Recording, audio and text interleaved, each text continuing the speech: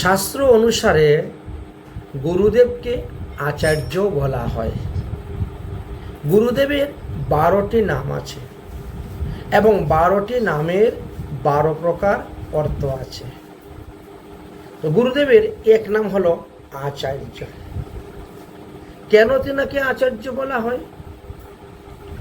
বললেন, বেদান্ত দর্শন নামক শাস্ত্রেতে এবং গোবিন্দ ভাষ্যতে এই বিষয়ে লেখা আছে। শাস্ত্রোক্ত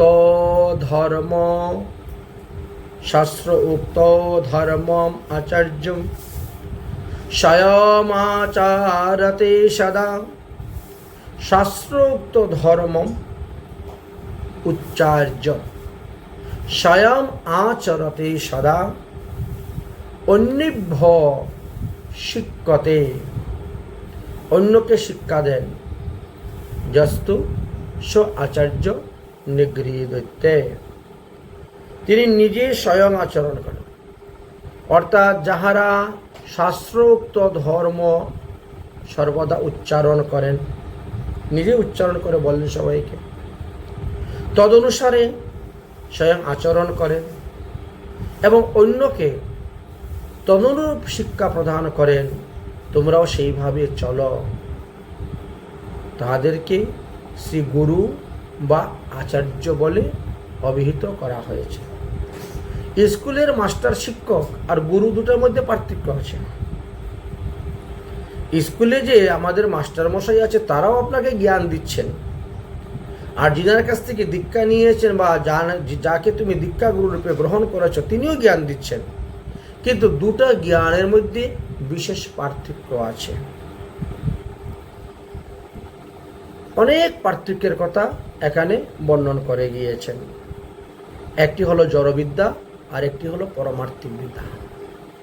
স্কুল কলেজে শিক্ষক মশাই আমাদেরকে যে জ্ঞান দেন এটা জড়বিদ্যা, আর এই জড়বিদ্যা হলো মায়ার বৈভব, অনিত্য সংসারে বাধা। জড়বিদ্যা সব মায়ার বৈভব বলছেন। আর এই বিদ্যা দ্বারা জীবকে কি করে? গাধা বানিয়ে রেখে দেয়।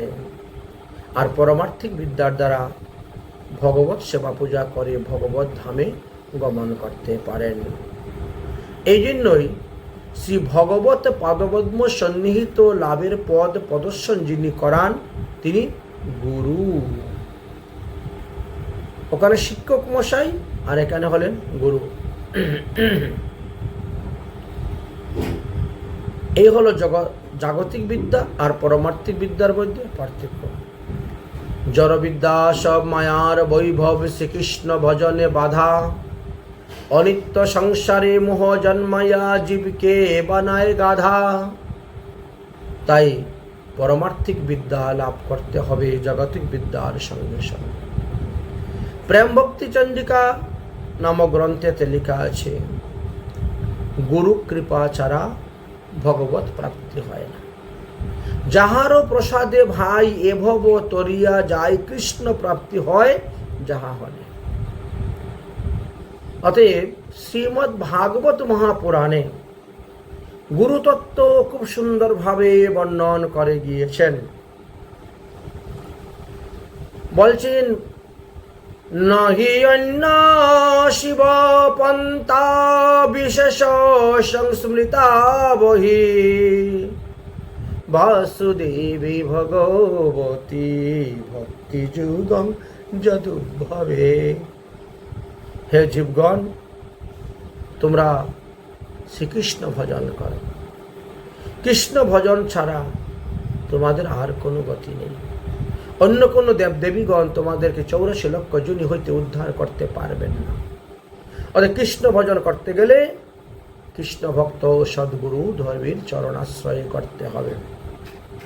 এটি সর্ববেদান্ত সার শ্রীমদ্ ভাগবতের সিদ্ধান্ত। সর্ববেদান্ত সারি শ্রীমদ্ ভাগবতম মৃষ্যতে, তদরসামৃতমিতি পিতস্য নন্যত্র সাতিরতি কশ্চিৎ। তাই সর্ববেদান্ত সার শ্রীমদ্ ভাগবতে বললেন, গুরু আমাদের দুই প্রকার আছেন, এক হলেন সদ্গুরু, এক হলেন অসৎগুরু। অসৎগুরু ত্যাগ করলে কখনো পাপ হয় না, আর সদ্গুরুকে কখনো ত্যাগ করতে নেই।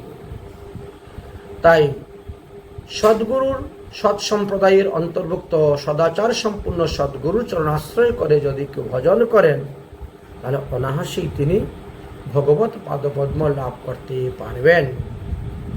ভগবান রামচন্দ্র নিজে গুরু ধরেছেন, ভগবান কৃষ্ণচন্দ্র তিনিও গুরু ধরেছেন, গুরুকরণ করেছেন। আর কলিযুগ পাবন অবতার গৌরাঙ্গ মহাপ্রভু তো সবাই জানেন এই যুগের কথা। তিনি দীক্ষা গ্রহণ করলেন ঈশ্বরপুরীর কাছ থেকে, সন্ন্যাস গ্রহণ করলেন কেশব ভারতীর কাছ থেকে, কাটোয়া থেকে। ভগবান জগৎগুরু কল্পতরু, তার উপরে গুরু নেই। তারপরেও ভগবান জীবকে শিক্ষা দেওয়ার জন্য নিজেই শিষ্যত্ব অভিমান নিলেন এবং গুরু পদাশ্রয় করেছিলেন। মহাপ্রভু সম্পর্কে শ্রীমদ্ ভাগবতে বললেন কি, তিনি রাধা কৃষ্ণের মিলিত তনু, তিনি স্বয়ং ভগবান, তিনি কলিযুগের যুগ অবতার। কৃষ্ণ বর্ণাতিশয় কৃষ্ণং সাঙ্গয়ুপাঙ্গয় শির পার্ষদম যজ্ঞে সংকীর্তন প্রায়ই যজন্তি সুমেধসা। তাই এই যে পঞ্চতত্ত্ব গৌরাঙ্গ, প্রভু নিত্যানন্দ, অদ্বৈত গদাধর, শ্রীবাস, এই পাঁচজন একই শরীর, আবার পঞ্চতত্ত্বভাবে বিভক্ত হয়েছেন জগৎবাসীকে শিক্ষা দেওয়ার জন্য। পঞ্চতত্ত্বাত্মকং কৃষ্ণ ভক্তরূপ স্বরূপকং ভক্তায় অবতারং ভক্তামি নমামি ভক্তৌ সকীর্তিকম। সেই পঞ্চতত্ত্ব রূপে ভগবান এসেছেন জগতে লীলা করে জগৎবাসীকে শিক্ষা দেওয়ার জন্য। গুরুতত্ত্ব অত্যন্ত গুরু তত্ত্ব, তাই এত সহজে লোক গুরুতত্ত্ব বুঝতে পারে না। আমরা গুরুদেবকে সাধারণ মনুষ্য জ্ঞান করে থাকি, বা আমরা আমাদের মতন মনে করে থাকি। আমাদের মতনই দুটি হাত আছে, দুটি পা আছে, দুটি চক্ষু আছে, নাক মুখ আদি আছে, অতএব তিনি আমাদের মতনই একজন। কিন্তু আমাদের মতন নরতনু হলেও তিনি ভগবানের স্বরূপ, এটা জানতে হবে। ভগবানের প্রতিনিধি তিনি, এটা বুঝতে হবে। এবং ভগবানকে যেভাবে আমরা শ্রদ্ধা করি, সম্মান করি, ভক্তি করি, ঠিক তেমনিভাবে শ্রী গুরুদেবের প্রতিও সেই রকম শ্রদ্ধা, সম্মান, ভক্তি প্রদর্শন করতে হবে। কারণ ভগবান শ্রীকৃষ্ণ নিজেই শ্রীমদ্ ভাগবত মহাপুরাণের 10ম স্কন্ধের 87 অধ্যায়ের 33 নম্বর শ্লোকে উদ্ধবকে বললেন, হে উদ্ধব, বিজিতারিষিকাবায়ো বীরদন্ত মনস্তরগম জয় যজন্তি জন্তুম অতিলোলিম্পায় খিদম বেসায়ং সতান্নাতং সমবায় গুরুশ্চরণম বলিজ্জয়ী বাজ্য সন্তু কৃত কর্ণধরা জলোধো। পরমহংস শিরোমণি সুখদেবজি বললেন, হে মহারাজ পরীক্ষিত, ভগবান শ্রীকৃষ্ণ উদ্ধবকে কি বলেছিলেন? যে যোগীগণ ইন্দ্রিয় এবং প্রাণকে বশীভূত করতে সক্ষম হয়েছেন, তারাও গুরু কৃপা ছাড়া কিছু করতে পারেন না। তারা যখন গুরুদেবের পাদপদ্মে শরণাগত না হয়ে এই উচ্ছৃঙ্খল, অতি চঞ্চল, মদভক্ত পরিসম মনকে বশীভূত করবার জন্য প্রয়াস করেন, চেষ্টা করেন, তখন তারা বারবার কৃতকার্য থেকে বিফল হয়ে যান, তাদের কার্যসিদ্ধি হয় না।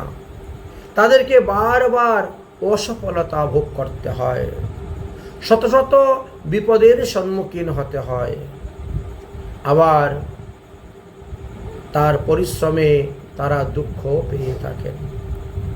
তাদের অবস্থা মাঝিরহিত সমুদ্রে ভাসমান জলযান নৌকার মতন যাত্রীর সময় যেভাবে হয়ে থাকেন সেভাবে। অর্থাৎ সাধারণ লোকের কথা আর কি বলবো, বড় বড় মুনি ঋষিদের কথাই বলে যাচ্ছেন। তাই এই শ্লোকের তাৎপর্য হলো যে মনকে যদি বশীভূত করতে চাও, একাদশ ইন্দ্রিয়কে যদি বশীভূত করতে চাও, তাহলে সদ্গুরুর চরণাশ্রয় করো, সদ্গুরুর চরণ ভজন করো। গুরুদেবকে তোমার দেহরূপী নৌকার মাঝি রূপে বসিয়ে দাও, তাহলে তিনি তোমার এই দেহরূপী তরণীকে সংসাররূপী সমুদ্র থেকে পার করে নিয়ে যাবেন ভবসিন্ধুর পরপার, অর্থাৎ ভগবানের চরণে। ইয়াদা পরানন্দ গুরু ভবেতে পদে পদং মনুমে ভগবত লবেত তদা নিয়স্তমকিলম সাধনম শ্রয় শ্রেয়সম সত্যং ভবতো কৃপাত। শ্রী গুরুদেব হলেন পরম আনন্দময়, তাই পরমানন্দময় শ্রী গুরুদেব। তিনি ভগবানের প্রতিনিধি, ভগবানের নিজজন আপনজন। ভগবানের একাংশে গুরুর মধ্যে দিয়ে আমাদেরকে আসেন জ্ঞান দান করার জন্য। যখন আমার মন আপনার শ্রী পদপদ্মে নিযুক্ত হয়ে যায়, তখন আমি আপনার কৃপায় সমস্ত সাধনের পরিশ্রম থেকে মুক্ত হয়ে পরমানন্দ লাভ করতে পারি। তাই গুরু পদাশ্রয় একান্ত প্রয়োজন। অনেকের 60 বছর 70 বছর হয়ে গেছে, এখনো তারা গুরু পদাশ্রয় করেন না, কারণ তারা গুরু তত্ত্ব জানেনই না, তো গুরু পদাশ্রয় করবেন কেমন করে। তাই আজকের এই ধর্মীয় সভাতে আমাদের মুখ্য আলোচনার বিষয় হবে গুরুতত্ত্ব। তত্ত্ব সিদ্ধান্তের দিক দিয়ে গুরুতত্ত্ব অত্যন্ত গুরু, তেমনি অত্যন্ত রহস্যময়, এবং সাধন ভজনের দিক দিয়েও গুরুতত্ত্ব এতটাই গুরুত্বপূর্ণ যে গুরুতত্ত্ব আশ্রয় ব্যতি রেখে সাধন ভজনের কোনো সূত্রপাত হয় না। ভগবান শ্রীকৃষ্ণচন্দ্র উদ্ধবকে বলেছিলেন, ভাগবতের 10ম স্কন্ধের 80 অধ্যায়ের 34 নম্বর শ্লোকে লেখা আছে এই গুরুতত্ত্বের কথা। প্রথমে প্রশ্ন হলো, গুরুতত্ত্ব বলিতে কি বুঝবো আমরা? দ্বিতীয়ত, এই গুরুদেবের স্বরূপ কি? তৃতীয়ত, সদ্গুরুর লক্ষণ কি? চতুর্থ, দীক্ষা গুরু কাকে বলে? পঞ্চমত, দীক্ষা গুরুর স্বরূপ কি? ষষ্ঠত, শ্রী গুরুচরণ আশ্রয়ের প্রয়োজনীয়তা কেন? আর সপ্তমত, গুরুচরণ আশ্রয়ের ফল কি? ইত্যাদি ইত্যাদি সম্পর্কে আমরা আলোচনা করব। এইগুলো জানতে হলে, বুঝতে হলে গুরুতত্ত্বটি বিশেষভাবে অবগত হতে হবে, তবে কিছুটা গুরুতত্ত্ব উপলব্ধি করতে পারবেন। তাই আমরা আজকে এখানে গুরুতত্ত্বের প্রয়োজনীয়তা সম্পর্কে প্রথমে আলোচনা করব।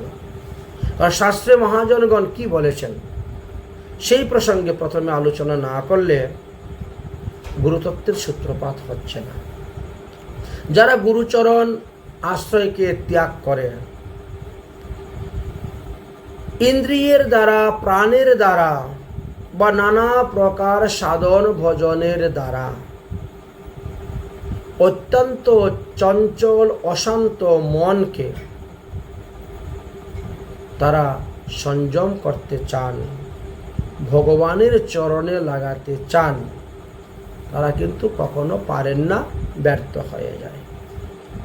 এই উপায়গুলো অনর্থে পরিণত হয়ে যায়। শত শত দুঃখ তাকে তখন ঘিরে ধরে বসে। তাই বললেন, যাদের ভবসিন্ধু পার হওয়ার ইচ্ছা আছে তারা গুরুরূপী তরণী আশ্রয় করো। না হলে এই ভব সিন্ধুতে, এই মায়ানগরীতে ডুবে তুমি মারা যাবে, আর বারবার তোমাকে 84 লক্ষ যোনি ভ্রমণ করতে হবে। গুরু পদাশ্রয় করে গুরুদেবীর দেওয়া সেই মন্ত্র আদি স্মরণের দ্বারা এবং গুরু সেবার দ্বারা তুমি ভগবানকে লাভ করতে পারবে। তাই শাস্ত্রে বলছেন, তাতে কৃষ্ণ ভজে করো গুরুর সেবন, মায়াজাল ছুটে পাবি কৃষ্ণের চরণ। কৃষ্ণের চরণ পেতে গেলে গুরু পদাশ্রয় অত্যন্ত প্রয়োজনীয় আছে। ভাগবতের 11 স্কন্দের 20 অধ্যায় 17 নম্বর শ্লোকে ভগবান শ্রীকৃষ্ণ উদ্ধবকে বলেছিলেন, নিদেহ মধ্যম সুলভম সুদুর্লভম পল্লব সংকল্প গুরু কর্ণ ধারণম ময়ানুকূলেন নবৈশ্য তরিতং পুমাদ ভবদীচ তরিতৈশ্চ আত্মা।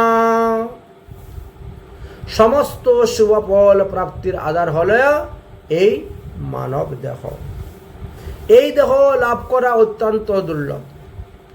84 লক্ষ যোনি ভ্রমণ করার পর ভগবানের কৃপাতে আমরা দেবের দুর্লভ এই মনুষ্য জন্মটা সুলভভাবে পেয়েছি। এই দেহটাই হচ্ছে আমাদের ভবসিন্ধু পারের পরপারে যাওয়ার উত্তম সুধীর তরণী অর্থাৎ নৌকা। তাহলে এই নৌকার মাঝি হবেন কে? শ্রী গুরু কর্ণধারম। তরণী ধারক, বাহক, চালক যেমন একমাত্র কর্ণধারই, ঠিক তেমনি ভাবে শ্রী গুরুদেব হচ্ছেন এই নরদেহ রূপী তরণীর কর্ণধর। যদি কোনো ভাগ্যবান এই শ্রী গুরুদেবকে আশ্রয় করে আর এই দেহ তরণীর কর্ণধার রূপে গুরুদেবকে বসিয়ে দেন, ভগবান বললেন, ময়ানুকূলেন নবৈশ্য তরিতং। তখন আমি কি করি? আমার অনুকূল রূপ বাতাস তাকে পিছন থেকে পরিচালনা করতে থাকি, আর ধীরে ধীরে সেই ভবসিন্ধুর পরপারে গিয়ে পৌঁছে যায়।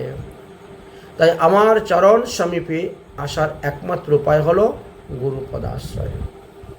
এটিকে বেয়ে নিয়ে যেতে হয় না, গুরুদেবকেও তত পরিশ্রম করতে হয় না। সে গুরুচরণ আশ্রয় করলে যে ভজন গুরুদেব আপনাকে দান করবেন, তখনই ভবসিন্ধু গুষ্পদের মতন ক্ষুদ্র হয়ে যাবে। এ ভব সাগর হবে বালুচর, হাটিয়া হইবে পার। তরণী চালাবার আর প্রয়োজনও সেখানে হয় না। গুরু কৃপাটা এমনই। তাই শ্রীজীব গোস্বামী পাদ বললেন, গুরু কৃপাহি কেবলম শশ নানা প্রতিকার দুরস্তে অনর্থ হানম ভাগবতম পরম পদম সিদ্ধশ্চ শ্রী গুরু কৃপাহি মূলম। অনর্থ নিবৃত্তির একমাত্র উপায় হয়েছে গুরু কৃপা। ভগবান পদপদ্ম লাভ করার একমাত্র উপায় হলো গুরু কৃপা। গুরু কৃপা ছাড়া কখনো ভগবত পদপদ্ম লাভ করা সম্ভব নয়। তাই গুরু কৃপাহি কেবলম, গুরু কৃপাহি মূলম, এভাবে নানান দৃষ্টান্ত আমরা দেখতে পাই। এর একটা সুন্দর দৃষ্টান্ত দেওয়া আছে। মাধবেন্দ্র পুরীপাদের যখন অন্তিম অবস্থা হয়েছিল, সেই সময়ে শ্রীপাদ ঈশ্বরপুরী তিনার সেবা করতেন। গুরু সেবা 2 প্রকারের হয়ে থাকে।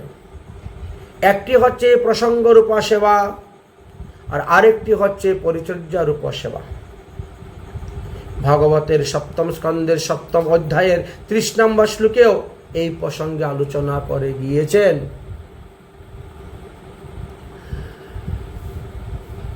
তাই প্রসঙ্গ রূপা সেবা কি? গুরুদেবের বদন থেকে ভাগবতীয় কথা শ্রবণ করা, গুরুদেব বৃদ্ধ হয়ে গেলে গুরুদেবের পাশে বসে ভাগবত কথা পাঠ করা, জুড়ে জুড়ে হরিনাম করা ইত্যাদি। পরিচর্যারূপী সেবা কাকে বলা হয়? গুরুদেবকে জল দান করা, প্রসাদ দান করা, গুরুদেব অসুস্থ হলে ঔষধের ব্যবস্থা করা, ডাক্তার দেখানো, এবং পথ্যাদি দান করা, পাদ সম্ভাষণ করা, কাপড় চোপড় ধুয়ে দেওয়া, থালা বাসন মেজে ঘষে দেওয়া, অঙ্গ সেবাদিকে বলা হয় পরিচর্যারূপী সেবা। তো ঈশ্বর পুরীপাদ এই দুই সেবাই তিনি করতেন মাধবেন্দ্র পুরী যখন শয্যাশায়ী ছিলেন। ঈশ্বর পুরী করেন শ্রীপাদ সেবন, সহস্তে করেন মল মূত্রাদি মার্জন। গুরুদেব বৃদ্ধ হয়ে গেছেন, বিছনায় শয্যাশায়ী, বিছনার মধ্যে মলমূত্র ত্যাগ করছেন। ঈশ্বর পুরী সেইগুলো পরিষ্কার করতেন, স্নান করিয়ে দিতেন, ভগবান রান্না করতেন, ভোগ দিতেন, আবার কাছে বসে ভাগবত গ্রন্থ আদি পাঠ করতেন, গুরুদেবকে শোনাতেন। কৃষ্ণ নাম কৃষ্ণ লীলা শুনায় অনুক্ষণ, তাহাতে মাধবেন্দ্র পুরীর সন্তুষ্ট হইল মন।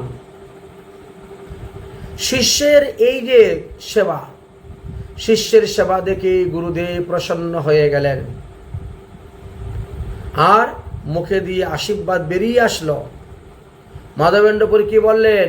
তোমার হোক কৃষ্ণেতে প্রসাদ, অর্থাৎ কৃষ্ণ ভক্তি লাভ করো, কৃষ্ণতে তোমার মতি হোক।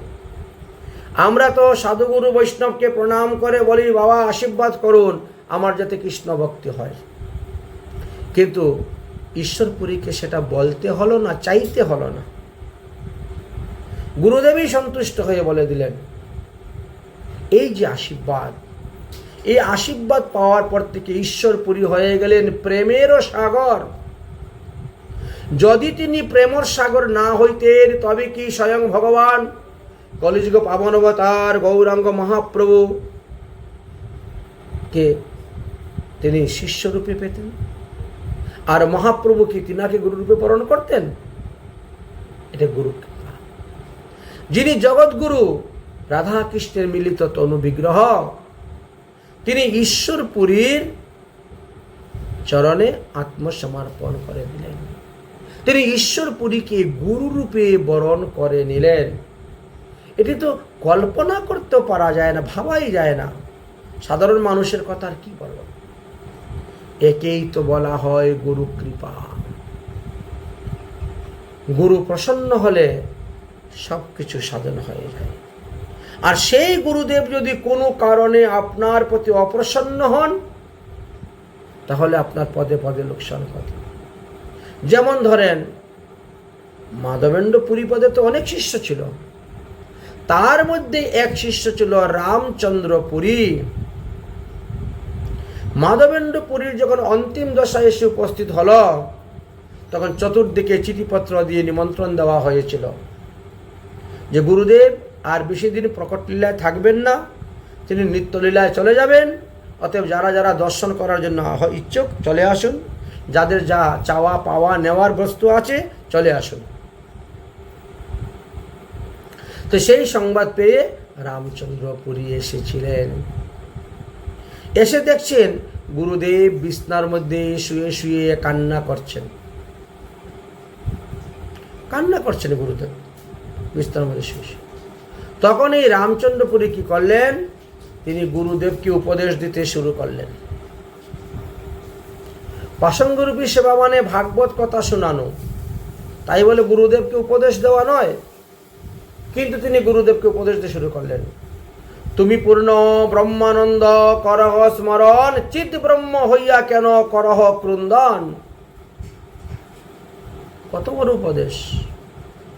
রামচন্দ্র পুরীর এই কথা শোনার পরে মাধবেন্দ্র পুরী বড় দুঃখ পেলেন, বড় কষ্ট পেলেন। এই হতভাগা, আমি কেন কাঁদছি সেটা তো আমি জানি, তুমি কি জানো?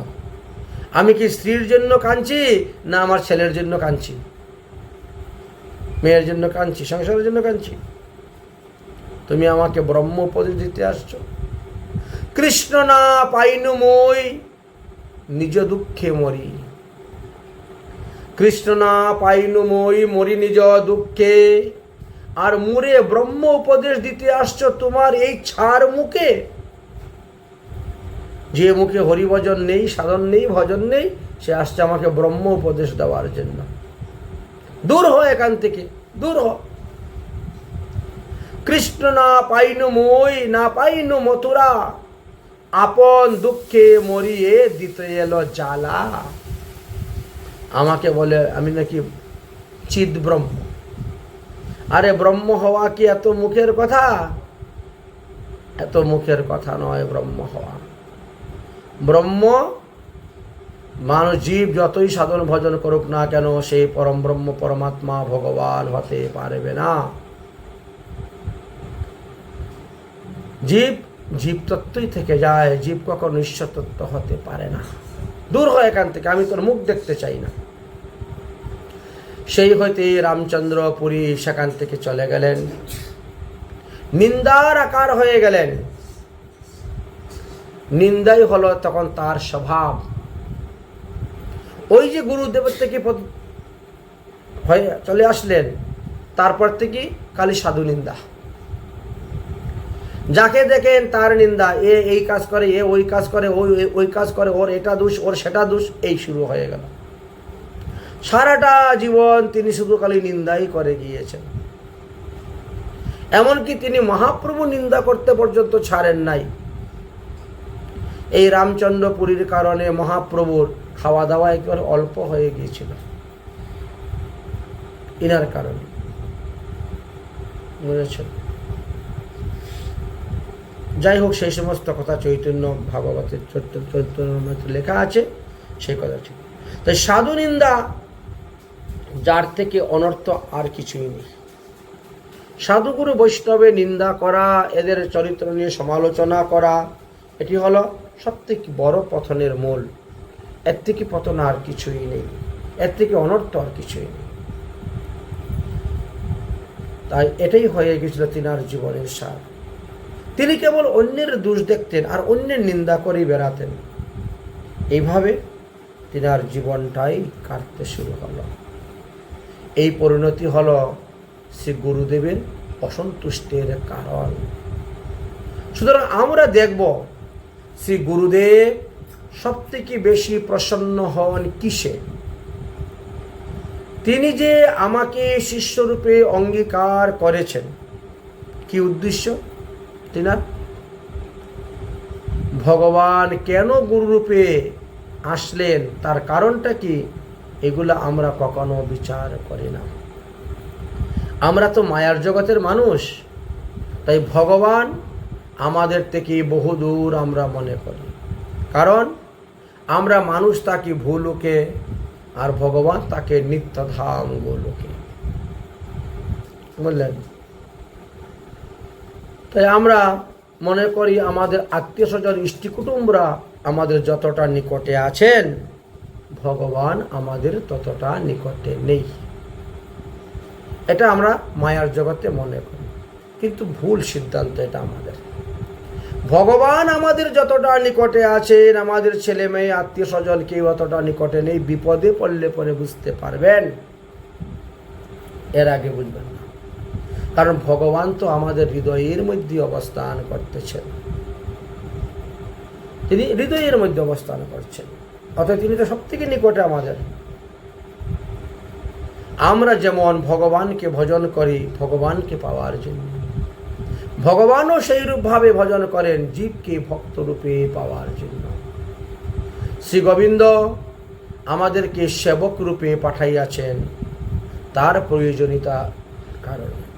সুতরাং মানব যদি এই সাধন ভজনের পথে এক পা অগ্রসর হয়, গোবিন্দ বৈকুণ্ঠ হইতে, চিন্ময় ধাম হইতে হাজার পাও নেমে আসেন সেই ভক্তকে কৃপা করার জন্য। সুতরাং গোবিন্দকে পাওয়া কি সবার থেকে বেশি সুলভ হলো তার ভজন। কিন্তু প্রেম মার্গে, রাগানুমার্গে ভজন না করলে তাকে পাওয়া এত সুলভ হয় না। আর তাকে চাই বা কজন? জগতের মানুষ সব ইন্দ্রিয় সুখ, বিষয় সুখ নিয়ে মত্ত আছেন। দেবদেবীর কাছে বিষয় সুখ, ইন্দ্রিয় সুখ কামনা করেন, ভগবানকে কেউ চাইতে যায় না। আমরা যে নানাবিধ আকাঙ্ক্ষা নিয়ে পড়ে আছি, সব সময় আমাদের অর্থ চাই, সম্পদ চাই।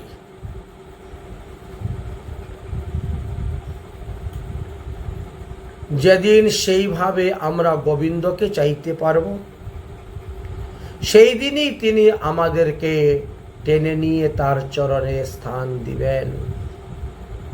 এই চাওয়াটির নামই হচ্ছে এখানে প্রেম। গোবিন্দের চরণ চাওয়ার নাম হলো প্রেম, আর বিষয় সম্পত্তি চাওয়ার নাম হলো কাম। এই জন্য প্রেমকে শাস্ত্রে প্রয়োজন তত্ত্ব বলা হয়েছে। সুতরাং গুরুদেব যদি দেখেন যে এই শিষ্য সাধন ভজনে উন্নতি করল, ভজন রস আস্বাদন করল, তাহলে তার উপর গুরুদেবের করুণা রাশি রাশি রাশি রাশি ঝরে পড়ে। শ্রী চৈতন্য চরিতামৃত গ্রন্থেতে লেখা আছে, মহাপ্রভু শ্রী রূপ গোস্বামীকে শিক্ষা প্রদান করেছিলেন। সেই শিক্ষা দানের সময় বলেছিলেন, দেখো রূপ, ব্রহ্মাণ্ড ভ্রমিতে ভ্রমিতে কোন ভাগ্যবান জীব গুরু কৃষ্ণ প্রসাদেই পায় ভক্তিলতার বীজ। অতএব ভক্তিলতার বীজ এত সহজে পাওয়া যায় না। মালি হইয়া সেই বীজ করহ আরোহণ, শ্রবণ কীর্তন রূপী জল তাতে করহ সেচন। উপজিয়া বারে লতা ব্রহ্মাণ্ড ভেদি যায়, বিরজা ব্রহ্মলোক ভেদি পরম ব্রহ্ম পায়। এই লতার এতটাই শক্তি, একে রোধ করে রাখবার ব্রহ্মাণ্ডের কোনো প্রতিকূল শক্তি নাই। যারা সাধন করেন, ভজন করেন, তারা যাবেন যাবেন যাবেন। এই গুরুতত্ত্ব সম্পর্কে, গুরু পূর্ণিমা সম্পর্কে আমাদের শ্রী গুরুদেব সাধুমুখে হরিকথা প্রথম খণ্ডের 217 পৃষ্ঠা থেকে 228 পৃষ্ঠা পর্যন্ত খুব বিস্তারিতভাবে বর্ণন করে গিয়েছেন। বললেন যে গুরুপদত্ত ব্রহ্ম, গুরুপদত্ত যে ভক্তিলতার বীজ আমরা পেয়ে হৃদয়ে রোপণ করলাম, সাধুগুরু বৈষ্ণবের মুখ থেকে হরিকথা রূপী জল তাতে সেচন দিলাম, তাতে বীজ বেরিয়ে ধীরে ধীরে কি হয়, কৃষ্ণের চরণকে আশ্রয় করার জন্য তিনি গোলক বৃন্দাবনে চলে যান।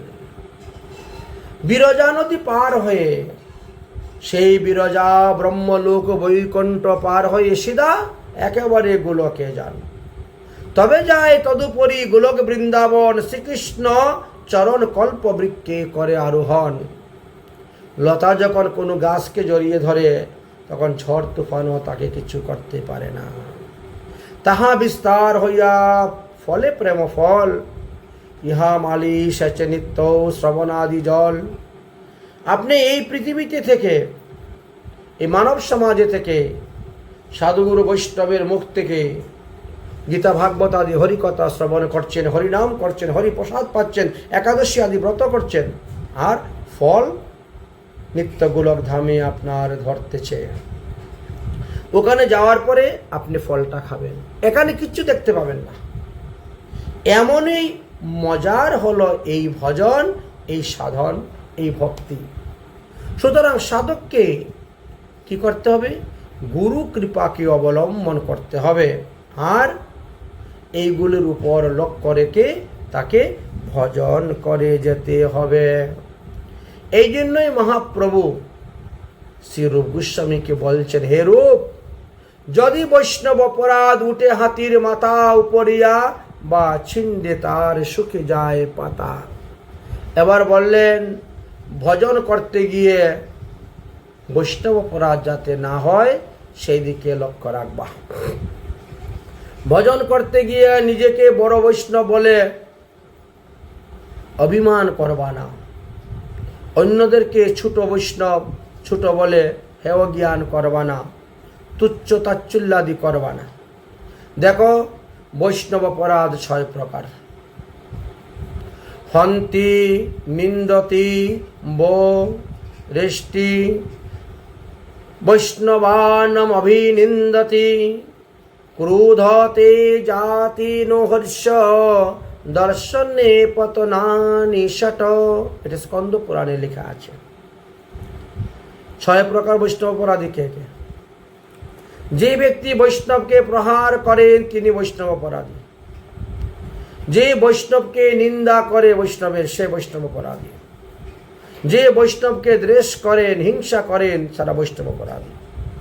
যারা বৈষ্ণব দর্শন করিয়া প্রণাম করে না, আদর করে না, অভ্যুত্থান করে না, সম্মান করে না, তারা বৈষ্ণব অপরাধী। যারা বৈষ্ণবের প্রতি ক্রোধ প্রকাশ করেন তারা বৈষ্ণব অপরাধী। যারা বৈষ্ণব দেখিয়ে আনন্দ পায় না তারাও বৈষ্ণব অপরাধী। এই ছয় প্রকার বৈষ্ণব অপরাধী ব্যক্তির নরকেই যাইতে হয়, নরকেই যাইতে হয়। তার প্রমাণ শ্রীমদ্ ভাগবত মহাপুরাণ। শ্রীমদ্ ভাগবত মহাপুরাণের নবম স্কন্ধের 4th অধ্যায়ের 29 নম্বর শ্লোকে দেখতে পাবেন মহারাজ অম্বরীশ আর দুর্বাসার চরিত্র কথা লেখা আছে। দুর্বাসা তো ছিলেন মহাদেবের অবতার, শিবের অবতার, আর অম্বরীশ মহারাজ ছিলেন একজন বিষ্ণু ভক্ত। শিবাবতার দুর্বাসা বিষ্ণু ভক্ত অম্বরীশের নিন্দা করেছিলেন, তাকে হিংসা করেছিলেন, তাকে প্রাণে মারার জন্য কৃত্যা অনল সৃষ্টি করেছিলেন। কিন্তু শেষে কি হলো? শেষে দুর্বাসাকে নিজের প্রাণ নিয়ে পলায়ন করতে হলো।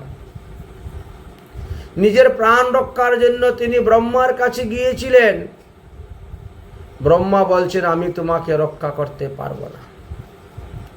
চৈতন্য ভাগবতের আদিলীলার 4th পরিচ্ছেদে লেখা আছে।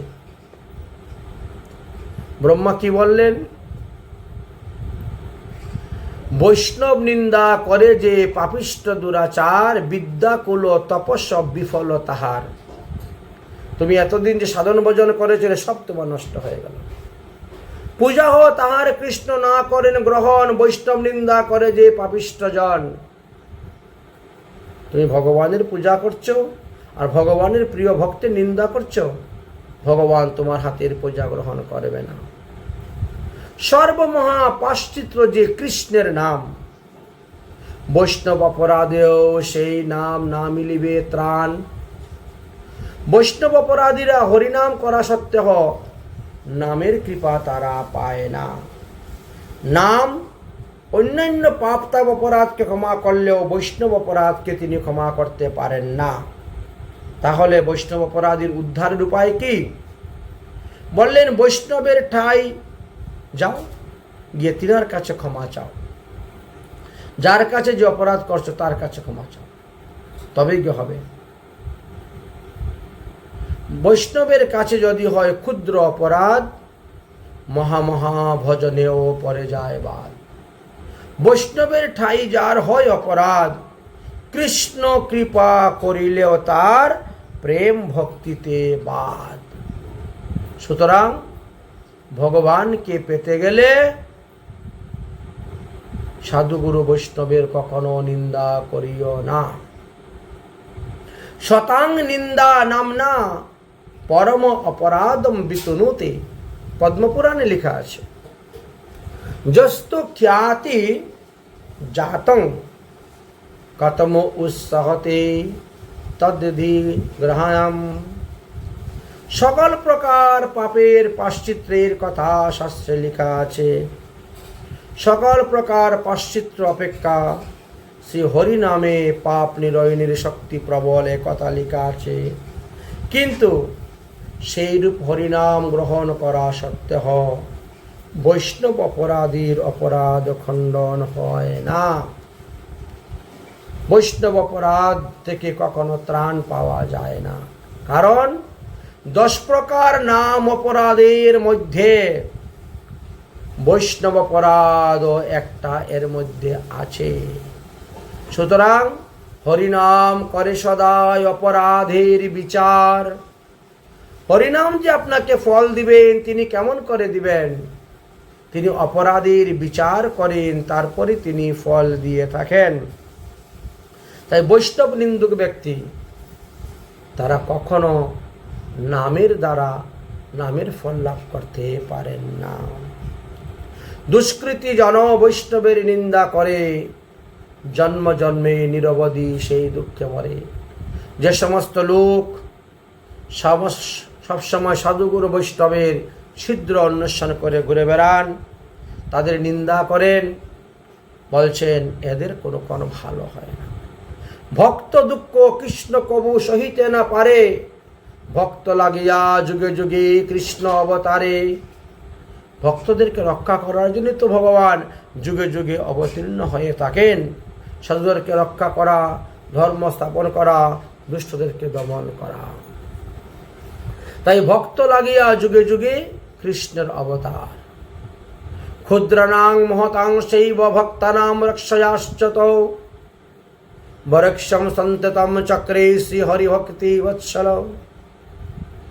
ভক্তবৎসল ভগবান শ্রীহরি ক্ষুদ্র এবং মহৎ ভক্তজনকে রক্ষা করিবার জন্য সর্বদা সুদর্শন চক্রকে নিযুক্ত করে রেখে দিয়েছেন। ভক্ত বৎসল ভগবানকে বলা হয়েছে। আচ্ছা, বৎস কাকে বলা হয়? গরুর বাছুরকে, তাই না? গরুর বাছুরকে আমরা বৎস বলি। তো ভগবানকে কেন এরম বৎস, ভক্ত বৎসল ভগবান বললেন? গরুর বাছুর যেদিকে যায় তার পিছনে পিছনে ওর মাটা যায়। গরুর বাছুর, হ্যাঁ, বাছুর যেদিকে যায় মা সেদিকে যায়, বাছুরের পিছনে পিছনে। তাই ভক্ত যেদিকে যান তার পিছনে পিছনে ভগবানও যান। এই কারণে ভগবানকে ভক্ত বৎসল বলা হয়ে থাকে। ভক্তের লাগি কি না করেছেন ভগবান? জ্বলন্ত অনল প্রভু ভক্ত লাগি খায়, ভক্তের কিঙ্কর হন আপন ইচ্ছায়। আমরা তো ভাগবতে দেখতে পেলাম, একবার নয় দুইবার ভগবান শ্রীকৃষ্ণ জ্বলন্ত অনল পান করেছিলেন ভক্তকে রক্ষা করার জন্য বৃন্দাবনে। ভক্তের কিঙ্কর হয়েছেন আপন ইচ্ছায়, সেবা করছেন ভক্তের।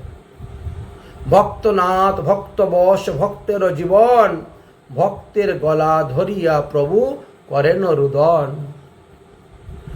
অতএব ভক্ত হন ঈশ্বর সমান, ভক্ত স্থানে পরাভাব মানে ভগবান। ভগবান যখন বাল্যলীলা করেছেন, কত রকম খেলা করেছেন, সব খেলাতে তিনি হেরে যেতেন, ভক্তদেরকে তিনি জিতিয়ে দিতেন, নিজে পরাভব মেনে আনন্দ পেতেন। তাই শূলপাণি সম যদি বৈষ্ণবের নিন্দে, তথা প্রিয় নাশ তার কহিশাস্ত্রবিন্দে। মহাদেব যদি কোনো বৈষ্ণবের নিন্দা করেন তাহলে তিনারও পতন হয়ে যায়, এটা আমরা দেখতে পেলাম। অতএব ভজনের উপরে অহংকার অভিমান আনবেন না। হরিভক্তি সুদীর্দয় নামক গ্রন্থেতে লেখা আছে, অভ্যচারিতা গোবিন্দম তদিয়াত ন অর্চিতামি নেই, নতে বিষ্ণু প্রসাদশ্চ ভোজনম দাম্বিকা জানা। যাহারা গোবিন্দের ভজন করেন অথচ গোবিন্দের ভক্তদের পূজা করে না, তাহারা দাম্ভিক, তাহারা কখনোই ভগবান বিষ্ণুর কৃপাপাত্র নহেন। ভক্ত প্রাণী কৃষ্ণস্য, কৃষ্ণ প্রাণী বৈষ্ণবা, এটা নারদ পুরাণে লেখা আছে। ধ্যান্তে বৈষ্ণবা কৃষ্ণ, কৃষ্ণশ্চ বৈষ্ণবাস্ততা। অতএব এখানে কি বোঝা গেল? ভক্তের প্রাণ যেমন শ্রী গোবিন্দ, গোবিন্দের প্রাণ তেমন ভক্ত বা বৈষ্ণব। ভক্ত বৈষ্ণবরা যেমন ভগবানের ধ্যান করেন, ভগবানও ঠিক তেমনিভাবে ভক্ত বৈষ্ণবের ধ্যান করিয়া থাকে। অতএব বৈষ্ণব অপরাধ যারা করেন তাদেরকে ভগবান রক্ষা করতে পারেন না। ব্রহ্মা দুর্বাসাকে রক্ষা করতে পারলেন না। দুর্বাসা তখন সেখান থেকে ছুটে গেলেন মহাদেবের কাছে কৈলাসে। হে শম্ভু, হে শম্ভু, আমার প্রাণ সংকট, আপনি আমাকে রক্ষা করুন, আপনি আমাকে রক্ষা করুন। আমি আপনার অংশ অবতার, আপনি আমাকে রক্ষা করুন। মহাদেব তখন কি বললেন? ব্রহ্মবিবর্ত পুরাণের শ্রীকৃষ্ণের জন্মকাণ্ডের 25 অধ্যায় 70 নম্বর শ্লোকে লেখা আছে। মহাদেব বললেন, ভগবান কি বলছে জানো? অহম ব্রহ্মা চ কমলা দুর্গা বাণী চ রাধিকা নহি ভকিত পরা প্রেমেনা ভক্তাশ্চ সর্বতো প্রিয়া।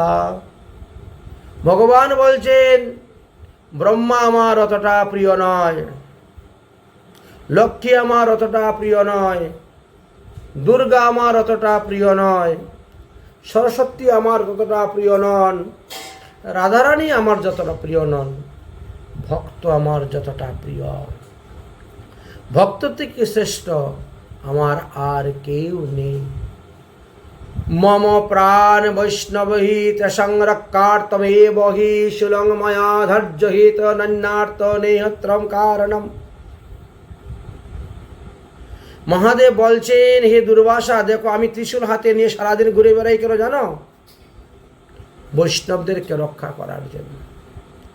আর তুমি সেই পরম বৈষ্ণব অম্বরীশকে মারার জন্য তুমি সুদর্শন চক্র ধারণ কর, এই কীর্তনল সৃষ্টি করেছ। তাই ভগবান সুদর্শন চক্র ছেড়ে দিলেন। সেই সুদর্শন চক্র কীর্তনলকে বধ করে তোমাকে বধ করল। অম্বরীশ তো তার প্রাণের ভয়ে এক পা পিছিয়ে হাঁটে নাই। তোমার এত প্রাণের ভয়, তোমার প্রাণ রক্ষার জন্য তুমি ব্রহ্মলোকে ব্রহ্মার কাছে গেলে সেখানে রক্ষা না পেয়ে আমার কাছে এসেছ, কিন্তু আমি তোমাকে রক্ষা করতে পারব না। এই না সম্মুখে সুদর্শন চক্র ফিরে বৈষ্ণব জনের নিরবধি বিঘ্ন হরে। যেই বৈষ্ণবের নামে হয় সংসার পবিত্র, ব্রহ্মা আদি গায়েন যে বৈষ্ণব চরিত্র, সেই বৈষ্ণব ভজিলে অচিন্ত্য কৃষ্ণ পায়, সেই বৈষ্ণব পূজা হইতে বড় আর নাই। শুনো বিপ্র, বৈষ্ণব নিন্দা করে যেই জন, কুষ্ঠরোগ হয় তার শাস্ত্রেতে লিখন। আমরা চাপাল গোপালের জীবনীতে দেখেছি কুষ্ঠরোগ হয়েছিল। 84 সহস্র জম যাতনা প্রত্যেকে, পুনর ভুজিবে বৈষ্ণব নিন্দুকে। অতএব তুমি ভালো কাজ করো নাই। গোবিন্দের প্রিয় ভক্ত অম্বরীশকে হিংসা করে। যত পাপ হয় অবৈষ্ণব হিংসিলে, তার শতগুণ পাপ হয় বৈষ্ণব নিন্দিলে। অতএব বৈষ্ণব নিন্দুক তুমি পাপিষ্ঠ দুরাচার, ইহা হইতে দুঃখ তোর কত আছে আর। এই জ্বালা সহিতে না পারো দুষ্টমতি, কেমনে করিবা কুম্ভী পাকেতে বসতি। গোবিন্দ ভাষ্যে এই সাধুগুরু বৈষ্ণবের মহিমার কথা খুব সুন্দর বর্ণনা করেছে। সর্বত্র বৈষ্ণবাং পূজ্য স্বর্গমক্ত রসাতলে, দেবানাং চ মুনীশ্বানাং তদৈব যক্ষ রক্ষসাম। আরে দুর্বাসা, তোমার কথা কি বলবো? বৈষ্ণব সর্বত্র পূজনীয়। স্বর্গ গেলেও, মৃত্যু গেলেও, রসাতলে গেলেও দেবতারা পর্যন্ত মুনি এই বৈষ্ণবদের কি পূজা করে থাকেন, মনুষ্যগণ পূজা করে থাকেন। যক্ষ রক্ষ রাক্ষস তারাও বৈষ্ণব দেখলে পূজা করে থাকেন। আর তোমার হেনমতি হলো, তুমি বৈষ্ণবকে মারতে কীর্তন সৃষ্টি করলে। অতএব যাও, আমি তোমাকে রক্ষা করতে পারবো না, তুমি বৈকুণ্ঠে যাও, শ্রীহরির চরণে শরণাপন্ন হও। যদি তিনি রক্ষা করেন তবেই হবে, নচেত নয়। ভজ ব্রাহ্মণ গোবিন্দ স্মর তস্য পদাম্ভুজ, সর্ব আপদ বিনুষ্যন্তি শ্রীহরে স্মরণাদপি। ব্রহ্মবর্ত পুরাণে শ্রীকৃষ্ণ জন্মকাণ্ডের 25 অধ্যায়ের 78 নম্বর শ্লোকেতে লেখা আছে, দুর্বাসা তখন হরির নিকটে গেলেন, নারায়ণের চরণে পরে ক্ষমা প্রার্থনা করলেন। নারায়ণ তখন কি বলছেন? ভাগবতের নবম স্কন্ধের 4th অধ্যায়ের 63 নম্বর শ্লোকে লেখা আছে, অহম ভক্তা পরাধীনাই ই স্বতন্ত্র ইব দ্বিজা, সাধবিগ্রস্তে হৃদয়ে ভক্তে ভক্ত জনপ্রিয়া। বলেন, আমি তোমাকে রক্ষা করতে পারবো না। মহাদেব থেকে আরম্ভ করে 33 কোটি দেবতা তারা আমার অধীনে আছেন, আর আমি আছি ভক্তের অধীনে। অতএব ভক্ত মোর মাতা পিতা বন্ধু পুত্র ভাই, ভক্তের চরণে অপরাধ করেছ, আমি তোমাকে রক্ষা করতে পারবো না। মোর পূজা মোর নাম গ্রহণ যে করে, মোর ভক্ত নিন্দে যদি তার বিঘ্ন ধরে, এটা শাস্ত্রে লেখা আছে। তাই নারায়ণ কি বললেন? প্রভু বলে, এর উপদেশ কহিতে যে পারি, বৈষ্ণব অপরাধ আমি খণ্ডাইতে নারী। আমি পারব না। যে বৈষ্ণবের স্থানে হয় অপরাধ যার, পুনর সে ক্ষমিলে গুছে নহে আর। সুতরাং তুমি যাও। তাহলে এই হলো 6 প্রকার বৈষ্ণব অপরাধ। সাধু গুরু বৈষ্ণব তারা 3 একই শ্রেণীর মধ্যে থাকেন। অতএব সাধু গুরু বৈষ্ণবের কাছে যখন যাবে, তখন দীনতা মান্যতাদি শীতল্লাদি মহাবৃত্তা হয়ে যেতে হয়। ভক্তি কল্পানিতে পান্নাম শ্রবণাদি মনুষ্যৈচনম। ভক্তিরসামৃত সিন্ধু গ্রন্থেতে বললেন যে দীনতা মান্যতা রূপী পাথরের দিওয়াল তৈরি কর দেহের মধ্যে, ভক্তিরূপী লতার চারিদিকে বেড়া দাও, যাহাতে ওই পাথরের দিওয়ালে মত্ত হস্তি আপনার ভক্তিলতাকে দেখতে না পায়। এবং এই মত্ত হস্তি হলো আমাদের বৈষ্ণব অপরাধ। বৈষ্ণব অপরাধকে এখানে মত্ত হস্তি বলা হয়েছে। তাই বৈষ্ণবের টাই হবে সদা সাবধান, কোনরূপে কারো যেন নহে অপমান। তাই তো মহাজনগণ বলছেন সাধু সাবধান। তাই এখানে রামচন্দ্রপুরী ঈশ্বরপুরীর নিকটে, মাধবেন্দ্রপুরীর নিকটে অপরাধী হয়ে গেলেন। গুরু নিন্দা, গুরুদেব তো সাধারণ বৈষ্ণব নেই, পরম বৈষ্ণব ছিলেন। এখানে গুরু নিন্দা, বৈষ্ণব নিন্দা, ভক্ত নিন্দা সব তিনাকে ধরে ফেলল। তাই বলছেন সাধারণ মানুষ নিন্দা হইতে আরো বেশি ভয়ঙ্কর নিন্দা হলো গুরু নিন্দা। এই গুরু প্রদত্ত ভক্তি কল্পলতাকে যে প্রতিরোধ করতে চায়, তা হলো যদি এই লতার অঙ্গে উঠে উপশাখা, ভক্তিতত্ত্ব আশ্রয় করতে গিয়ে যদি এর মধ্যে উপশাখা উঠে যায়, মানে আগাছা। আপনি একটা লতা জাতীয় গাছ লাগিয়েছেন, লাউ, কুমড়া, ঝিঙ্গা, শসা, যাই হোক, কিন্তু মূল গাছের পাশে বেশ কিছু আগাছা উঠে গেছে, তখন কি হয়? মূল গাছটা বৃদ্ধি হইতে পারে না, আগাছাগুলা তাড়াতাড়ি বেড়ে যায়। তো কৃষকেরা কি করে? আগাছাগুলা তুলে ফেলে দেয়, তাহলে মূল গাছটা তখন বড় হবে, ফুল ফল ধরবে। যদি এই লতার অঙ্গে উঠে উপশাখা, উপশাখাগুলো কি? আমাদের ভক্তি, ভোগের বিষয়, মুক্তি, সিদ্ধি, বাঞ্ছা, অসংখ্য তার লেখা, নিষেধাচার, কুটিনাটি, জীবহিংসা, লাভ, পূজা, প্রতিষ্ঠাদি যত উপশাখাগণ, এইগুলি থেকে বাঁচতে হবে। তাই এই কুসংস্কারের হাত থেকেও আমাদেরকে এড়িয়ে চলতে হবে। তাই গুরু কৃপাকে অবলম্বন করে এগুলা সম্ভব। শুধু শুধু যদি খালি মুখে মুখে আমরা খালি গুরুর দোয়াই দিই, তাহলে হবে না।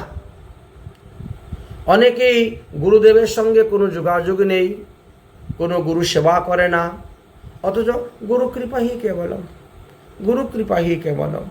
গুরু কৃপা হয় নাই বলে আমার এটা হয় নাই, গুরু কৃপা হয়েছে বলে এই গুরুদেবের দোহাই দিলে হবে না। যদি কেউ বৈষ্ণব সমাজে প্রভুত্ব করতে, আধিপত্য লাভ করতে চান, তবে ভজন তাকে তৈল ধারাবত করে যেতে হবে এবং সাধু গুরু বৈষ্ণবের সেবা করতে হবে। তাহলে আপনি ধীরে ধীরে ক্রমে ক্রমে উঠতে পারবেন। সেচ জল পাইয়া উপশাখা বাড়ি যায়, স্তম্ভ হইয়া মূল শাখা বাড়িতে না পায়। এই জন্য সাধু সঙ্গ, সৎসঙ্গ করে প্রকৃত গুরুতত্ত্ব জেনে গুরু সেবা আমাদের করতে হবে। সর্বাকর্ষণ সর্বাহৃদর্শ মহারসায়নম। আপনার বলে করে সর্ব বিস্মরণ। ভক্তি মুক্তি সিদ্ধি সুখ ছাড়ায় যার গন্ধ, অলৌকিক শক্তি গুণে কৃষ্ণ কৃপা বান্দে। অতএব শাস্ত্র যুক্তি নহিয়েতে সিদ্ধান্তের বিচার, এই স্বভাব গুণে যাতে মাধুর্যের সার। অতএব গুরু কৃপা ছাড়া আমাদের অন্য কোনো উপায় নেই। সর্বাপাধি বিনুর্মুক্তম তদ পরিত্তেন নির্মলাম। ঋষিকেশ ঋষিকেশ সেবানো ভক্তির উত্তমা। ভক্তিরসামৃত সিন্ধুতে বললেন, যদি কেউ উত্তম ভক্তি লাভ করতে চাও তাহলে শ্রী গুরু পদপদ্মকর আশ্রয় করে ভগবত সেবা করো। যত প্রকার উপদ্রব আছে, অর্থাৎ আপদ বিপদ অশুভ অমঙ্গল, সব শেষ হয়ে যাবে। সর্ব উপাধি বিনির্মুক্তম, কোনো কিছু থাকবে না উপাধি। সর্ব উপাধি বিনির্মুক্তম তৎপরস্তেন নির্মলম। ঋষিকেন ঋষিকেশ সেবা ভক্তির উচ্চতে। উত্তমা ভক্তি লাভ করার কথা বললেন। ভজনকালে যেন কোনো প্রকার উপাধি না আসে, সেই দিকে লক্ষ্য রেখে ভজন করতে হবে। পরম পুরুষার্থ প্রেম ভক্তি লাভ করার চেষ্টা রাখতে হবে, তবেই তুমি ভগবত পাদপদ্ম লাভ করতে পারবে। যেমন আমরা ভাগবতে বৃত্তাসুরের কাহিনীর কথা দেখতে পাই। বৃত্তাসুরের মতন হতে হবে। শ্রীমদ্ ভাগবতে কত শত শুদ্ধ ভক্তের জীবনী কথা বলেছেন, কিন্তু গরুর পুরাণে মহিষী ব্যাসদেব লিখলেন, বৃত্তাসুর বধূপেক্তম শ্রীমদ্ ভাগবতম মৃষ্যতে। বলেন, যে মহাপুরাণে বৃত্তাসুরের উপাখ্যান আছে, এটাই হলো শ্রীমদ্ ভাগবত মহাপুরাণ বলে তোমরা জানবে। কেউ হয়তো মনে করতে পারেন যে বৃত্তাসুরের উপখ্যানের মধ্যে কি আছে, উনি তো অভিশপ্ত দেহ নিয়ে এসেছেন, ইনি তো পূর্বে চিত্রকেতু নামক গন্ধর্ব ছিলেন, ভাগবতে তো এই কথাই লেখা আছে। কিন্তু হলে কি হলো, একদিন সেই আকাশপথে বিচরণ করতে করতে দেখতে পেলেন মহাদেব পার্বতী কোলে নিয়ে বসে মুনিগণের সমাজে হরিকথা পরিবেশন করাচ্ছেন, শোনাচ্ছেন। তখন সেই কান থেকে উনি দেবীকে লক্ষ্য করে, দেবী পার্বতী যাতে শুনতে পায় সেই অনুসারে তিনি বললেন, ওহ, এত বড়